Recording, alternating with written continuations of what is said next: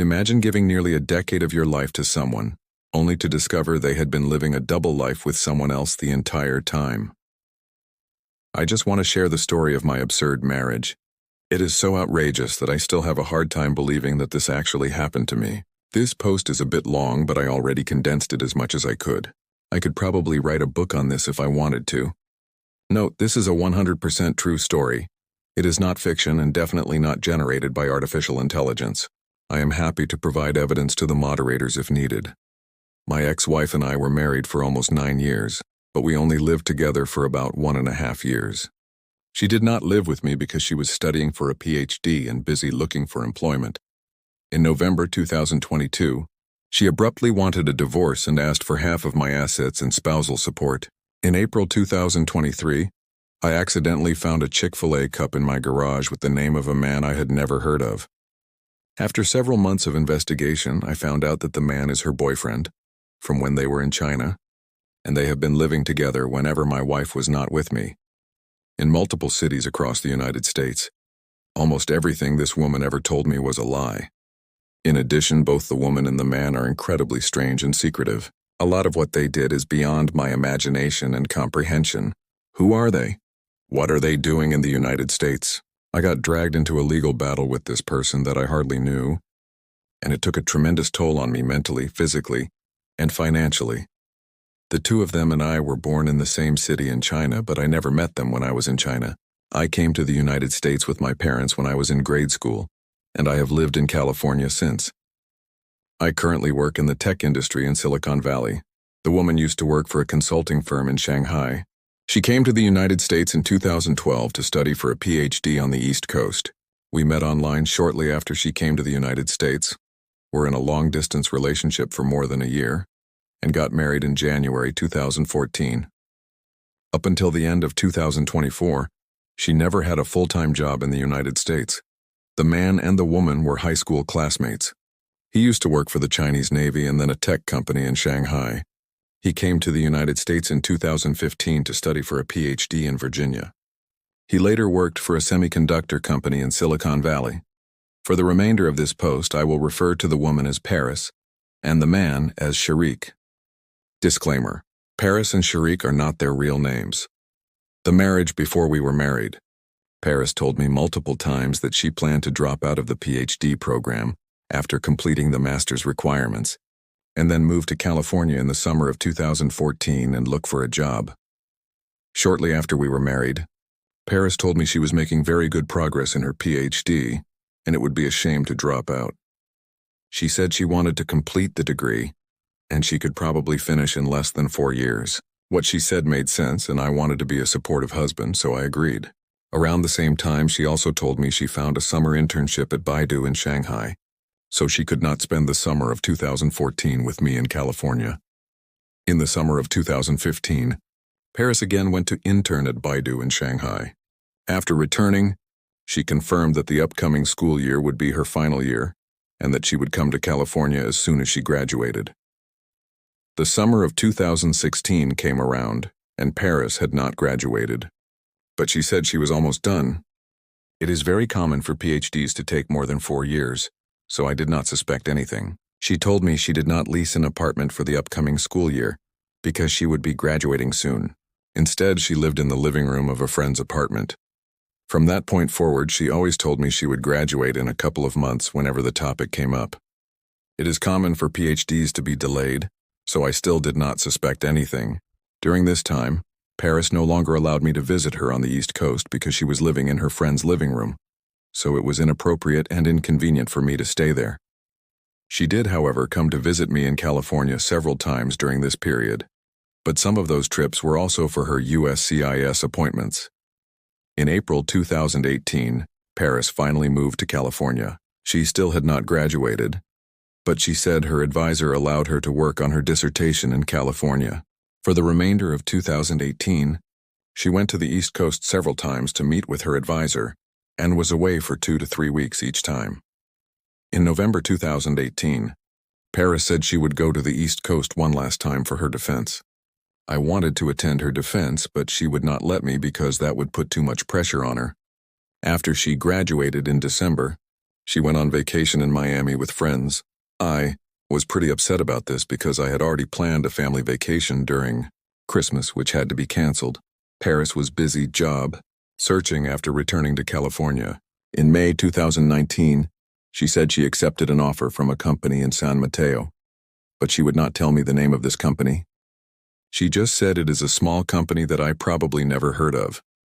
On May 20th, 2019, Paris left home while I was at work, only leaving a note on the dining table saying she went on a road trip. A few days later, she sent me a text saying she was in Portland, Maine. I tried calling her multiple times, but there was no answer. I was very angry. I had been trying to plan a family vacation for the past year, but she was always busy, yet she had several vacations without me during this time. What am I to her? I seriously contemplated separation. On June 1st, 2019, Paris called me telling me that she was pregnant. I was ecstatic after hearing this. We had been trying to have a child since the day we were married, and now the child was finally coming. Thoughts of separation were completely out of the window. Paris said she was in New York at the time, but she was afraid to fly home due to the pregnancy. She went to Washington, D.C. the next day to stay with a friend and saw a doctor. She did not return to California until June 18, 2019. After returning home, Paris said she had postponed the start date of her new job in order to care for the unborn baby. On August 27, 2019, Paris told me that she actually had not graduated and that her advisor was now telling her to get her act together and go back to the East Coast to finish, or she could forget about her degree. She said her advisor had also found her a research assistant position at University C, which was about 50 miles from her school, so that she could support herself. I was very angry that she had lied to me, but she was pregnant and it was hard to ask her to give up her degree, so I still let her go. Paris left for the East Coast the next day. However, she did not live near her school or near University C. Instead, she lived next to University D, which was about 10 miles away from University C. Her reason was that she was pregnant, and University D hospital was the best hospital in the area. In January 2020, my parents and I all went to the East Coast to welcome the birth of our child. Just 1 week after our daughter was born, Paris started to push us to go back to California, claiming that she could take care of the child by herself. I stayed on the East Coast until the middle of February, but my parents insisted on staying longer to take care of their grandchild, and they stayed until March 5, 2020. On March 8, 2020, just 3 days after my parents returned to California, Paris brought our daughter to my parents' house in Sacramento, saying that the child was sick and that she did not know what to do. COVID-19 had already started at this time. Many companies had already started working from home, and there were rumors that schools would close soon. We asked Paris to stay in California, but she insisted on going back to complete her degree. She said she was almost done and would return to California in April. I lived in my parents' house during COVID so that I could care for the newborn. We asked Paris multiple times to return to California, but she kept on coming up with excuses for not returning, such as not feeling well and saying it was not safe to fly during the pandemic, and so on.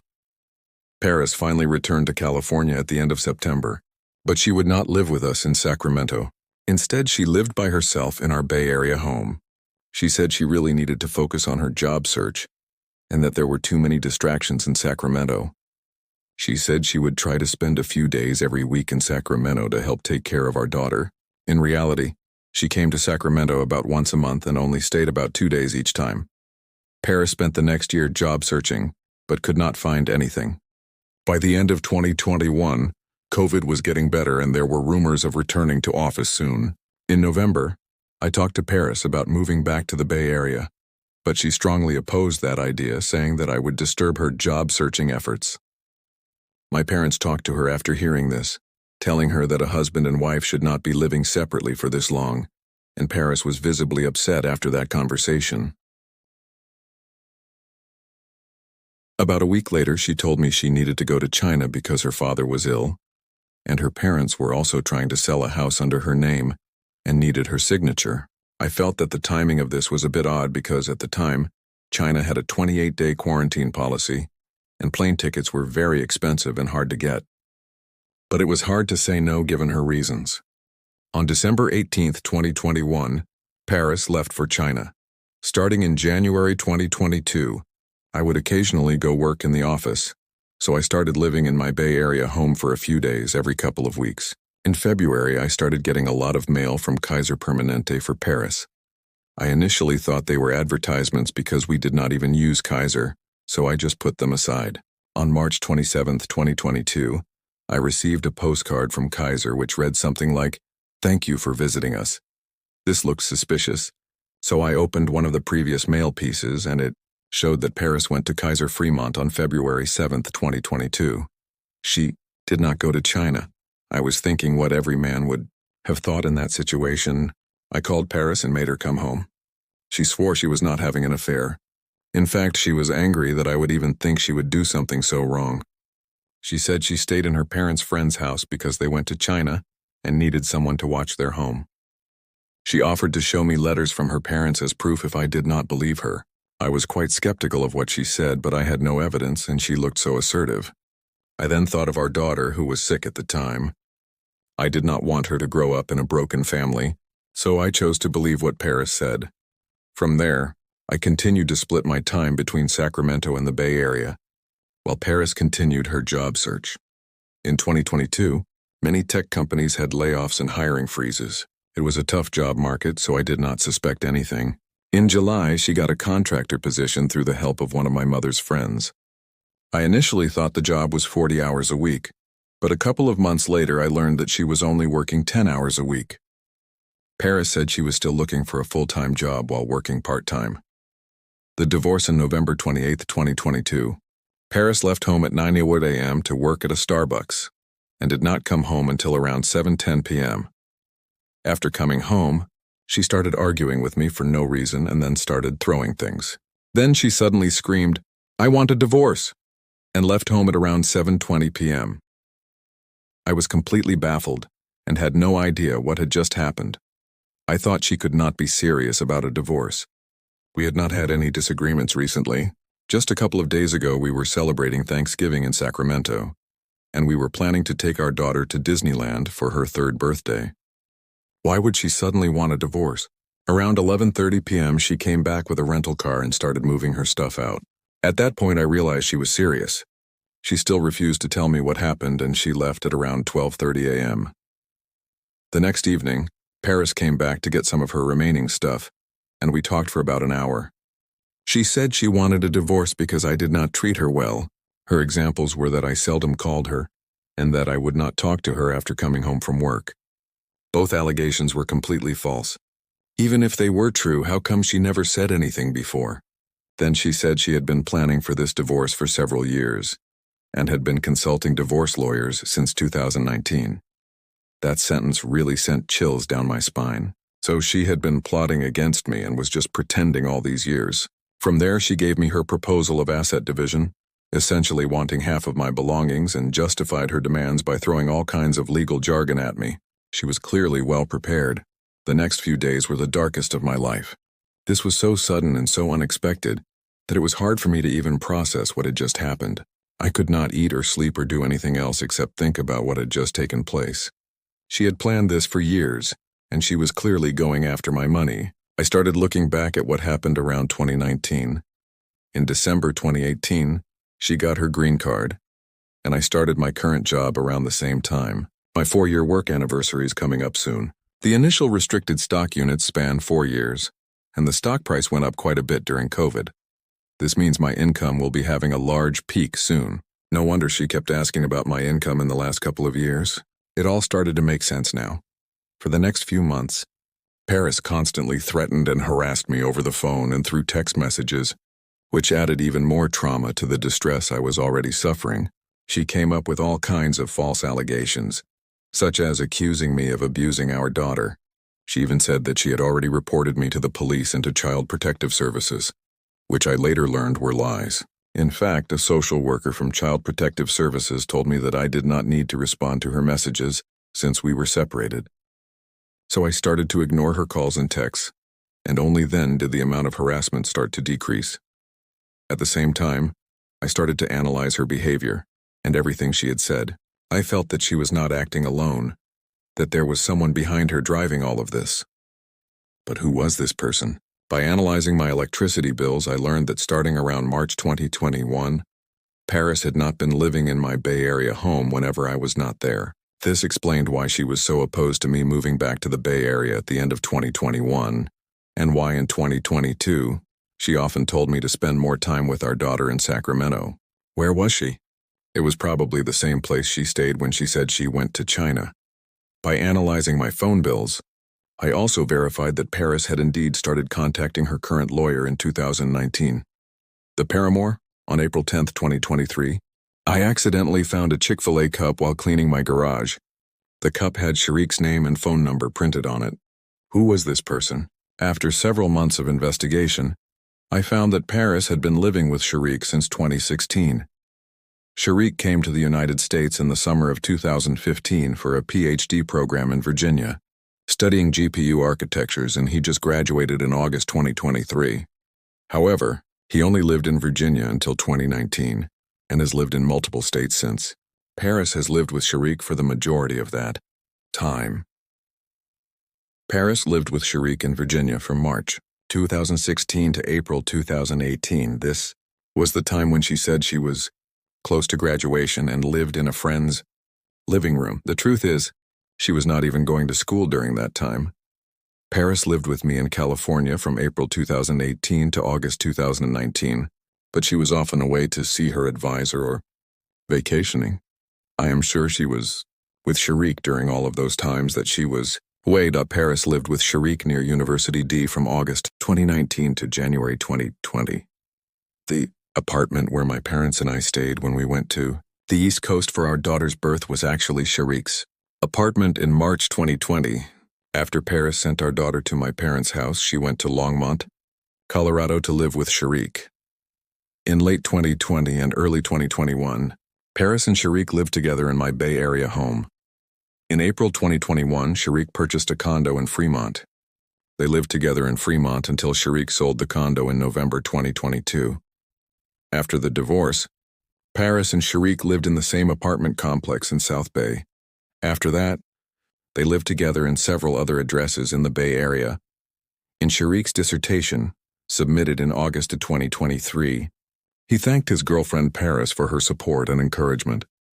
I was not surprised that Paris had been cheating, but I was shocked that the relationship went back as far as 2016. Who was this Sharik? Their schools were hundreds of miles apart, so how did they know each other? Why did they start living together so quickly? Did they already know each other in China? I started investigating Sharik's background in China, and they indeed knew each other long before they came to the United States. Sharik came from a prominent family, and his father is a senior officer in the Chinese military.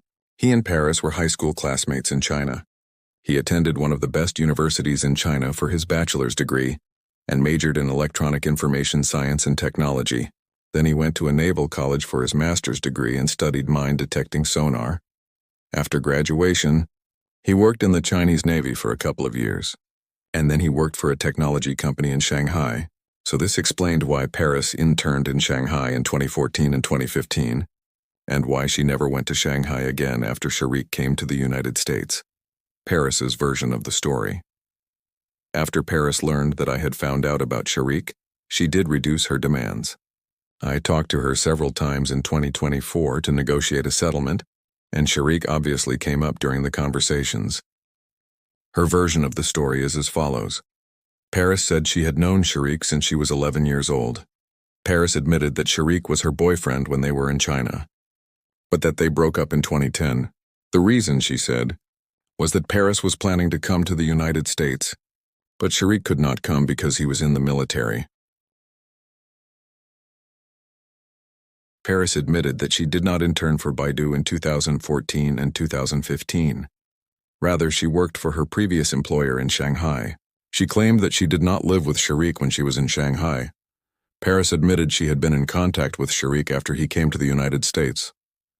In fact, she picked him up from the airport and helped him to settle down. Paris admitted that she lived with Sharik in Virginia between 2016 and 2018. She said that she no longer had financial aid in 2016, so she did not have the money to lease an apartment. She feared that I would have asked her to move to California if she had told me, and then she would not be able to complete her degree. Sharik offered her temporary shelter, so she moved in with him. They lived in the same room, but she claimed that nothing happened between them. Paris denied that she was with Sharik whenever she was away from California between April 2018 and August 2019. She said she really did go see her advisor.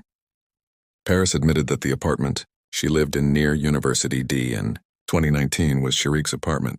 She said she could not lease an apartment because she had no income, so Sharik leased it for her. She said Sharik did not live there. He lived in his advisor's lab during that time. Paris admitted that she lived with Sharik in Longmont in 2020.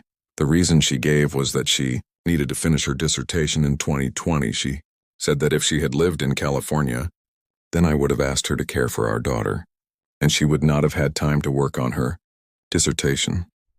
Paris denied that Sharik lived in my Bay Area home in late 2020 and early 2021. Paris denied that she lived in Sharik's Fremont home in 2021 and 2022. She said that she went to Sharik's home every day but still returned to my home every evening. As for why she went to Sharik's home every day, she said that it was none of my business. Paris admitted that she lived in Sharik's Fremont home when she claimed she went to China. She said that she wanted to travel with friends but was afraid that I would not let her go, and that is why she lied about going to China. Paris admitted that Sharik picked her up and took her to his home on November 28, 2022, the night of the divorce. Paris denied that she is still with Sharik after the divorce. She even said that she never liked Sharik and made a number of disparaging remarks about him. As for why Sharik claimed that she was his girlfriend in his dissertation, she said she does not know and has no control over what Sharik thinks. Paris said that she wanted a divorce soon after we were married because she felt that married life did not suit her. She accused me of controlling her life and said she had no freedom when she was with me, but that Sharik allowed her to do whatever she wanted. I asked her if that was true, then why she did not file sooner. She said that she had not graduated and could not support herself, so she needed to graduate and find a job before filing for divorce. I am not going to comment on her story. You can be the judge. Who are they? During the investigation, it was hard to not notice that both Sharik and Paris are incredibly strange people, and a lot of what they do defies common sense. They do not look like typical students or typical people involved in affairs. I really cannot figure out who they are. Some of their abnormal behaviors are: both individuals took 8 years to complete their PhD programs, but both left school after just 4 years. I looked up all other PhD students who studied under their advisors, about 20 of them, and not one person took more than 5 years to graduate. Why did these two take 8 years? Why did both leave school 4 years before they graduated? Both individuals attended elite universities in China and earned PhD degrees. They are more than capable of making top wages in the United States, and they should know basic moral principles. Why did they have to go through all of these troubles to do something so wrong? They have known each other for more than 20 years. They are far past the honeymoon phase. Why did they have to go out of their way to be together all the time?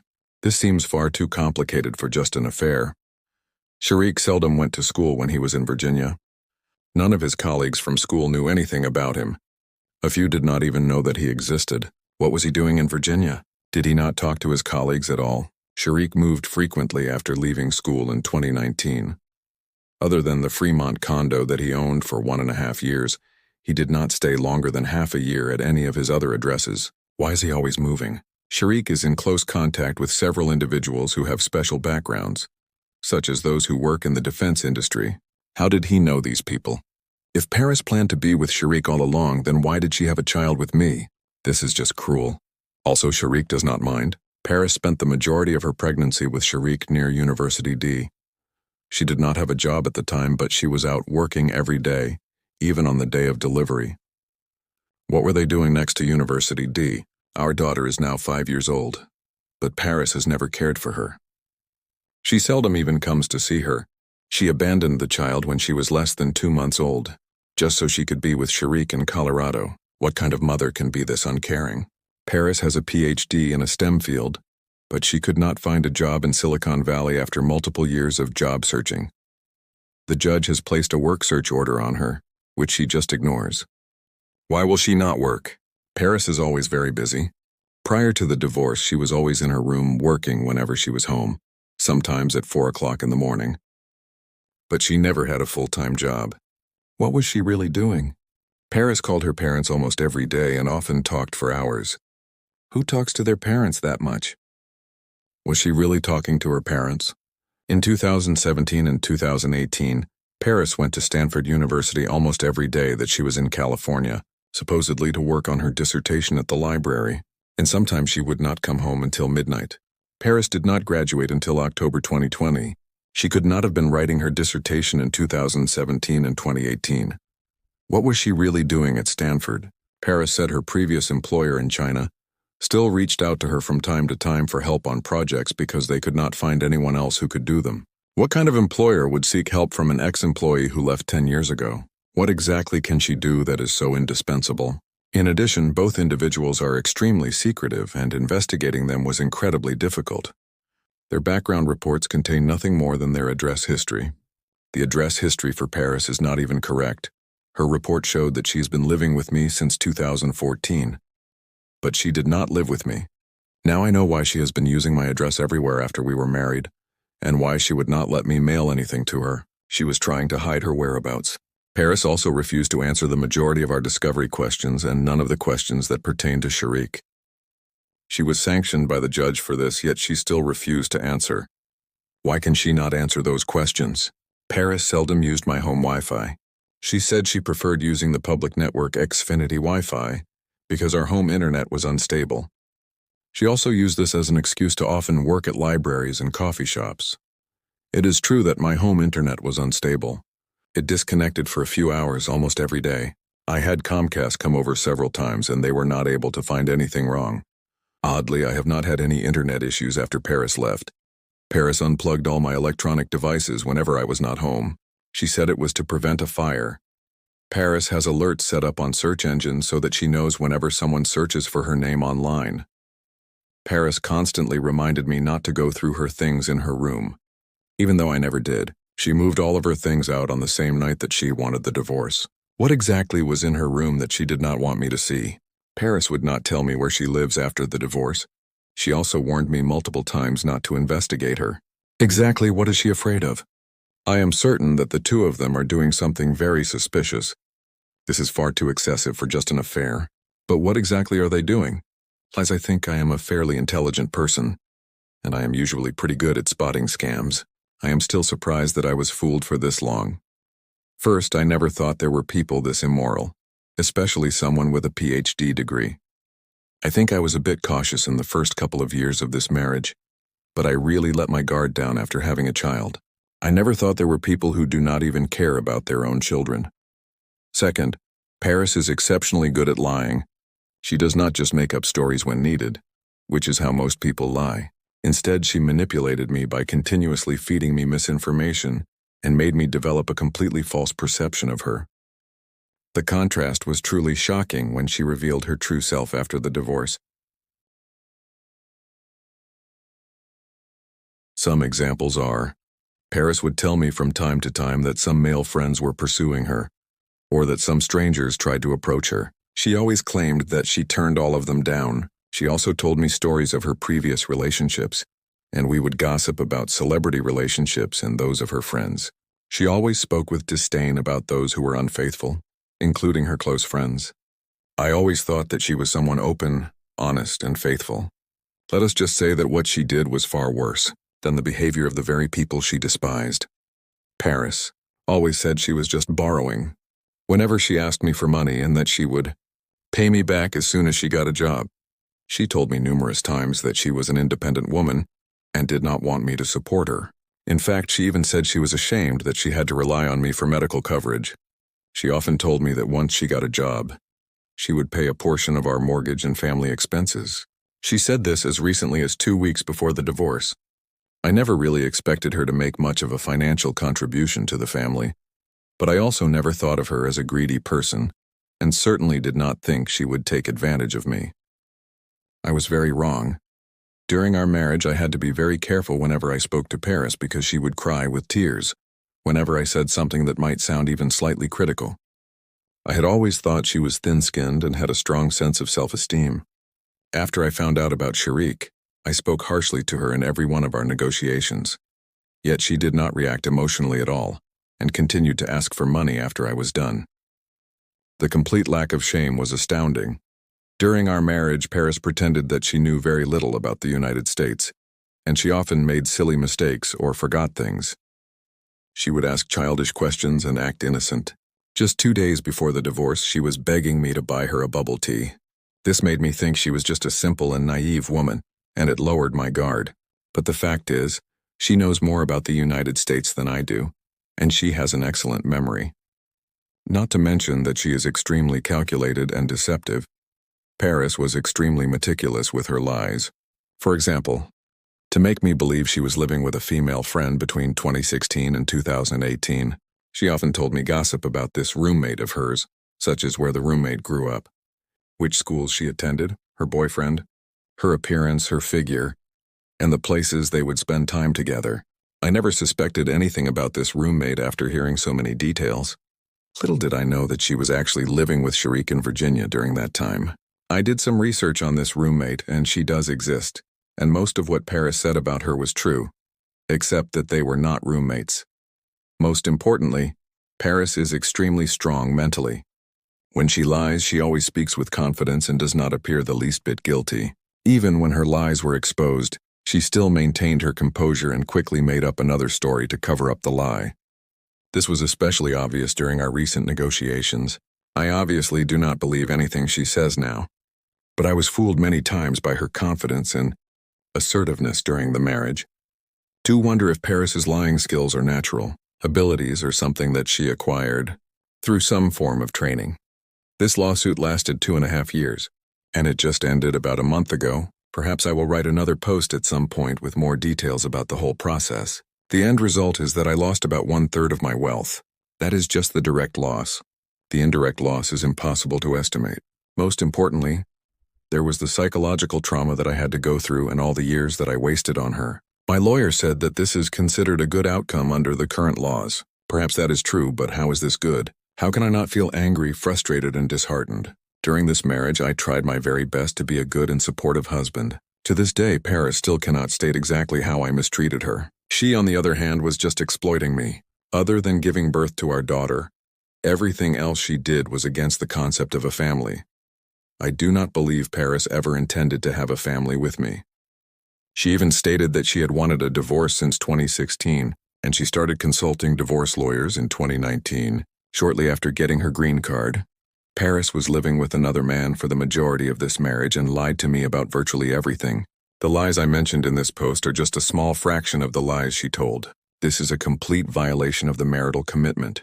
Even during the times that she lived with me, she did not do any housework or care for the child. She was always busy writing her dissertation or job searching, which in hindsight were also lies. But I still do not know what she was really doing. She did not fulfill any spousal obligations and had absolutely no contribution to the family. Despite all this, the so-called California family law worked in Paris's favor in almost every aspect. In particular, this so-called no-fault divorce basically means that no matter what she did during the marriage, she is still entitled to my assets. What kind of logic is this? If everything is no fault, then what is the point of having laws? I understand that it may be difficult to determine right and wrong in many family disputes, but that clearly is not the case here. And what she did could not be more harmful. The purpose of laws is to set social standards, protect public rights, and serve justice. Are dishonesty, deception, and betrayal the values that our elected officials want to promote? The court that handled this case is called the Hall of Justice. Justice is supposed to defend the good and hold the bad accountable. Perhaps that is too much to ask for, but at the very least, the court should not punish the good and reward the bad. I have asked Paris multiple times during our negotiations why she thinks she deserves such a large portion of my assets. She could not provide any good reasons. She just kept stating that the law says she is entitled to my assets. Yes, but this law is utterly unfair and unreasonable. I suggest that the following changes be made. If one of the spouses cohabitates with a person of the opposite sex without the other spouse's knowledge, then the time of cohabitation should not count as a part of the marriage. If one of the spouses has major concealments or malicious lies that hurt the interests of the other spouse, then the non-offending spouse should be able to request a shortening of the marriage duration or receive financial compensation. If one of the spouses commits serious wrongdoing during the marriage, then the non-offending spouse should not have to pay spousal support or legal fees to the offending spouse. There are about a dozen more changes that I would like to see happen to the existing family law, but the three listed above address what I feel are the most egregious and nonsensical parts. Part of the reason I am sharing this is to vent. The past 2.5 years have been extremely difficult and depressing for me. More importantly, I hope that what happened to me can get the attention of lawmakers so that we can fix these loopholes. Governor Gavin Newsom, Senate President pro tempore Mike McGuire, Senate Leader Brian Jones, Assembly Speaker Robert Rivas, Assembly Leader James Gallagher, and other lawmakers in California and elsewhere. I hope you see this and do something about it. I hope that no one else has to experience what I went through again. If you believe trust and accountability matter in relationships and in the law, share this story. No one should face betrayal this deep alone.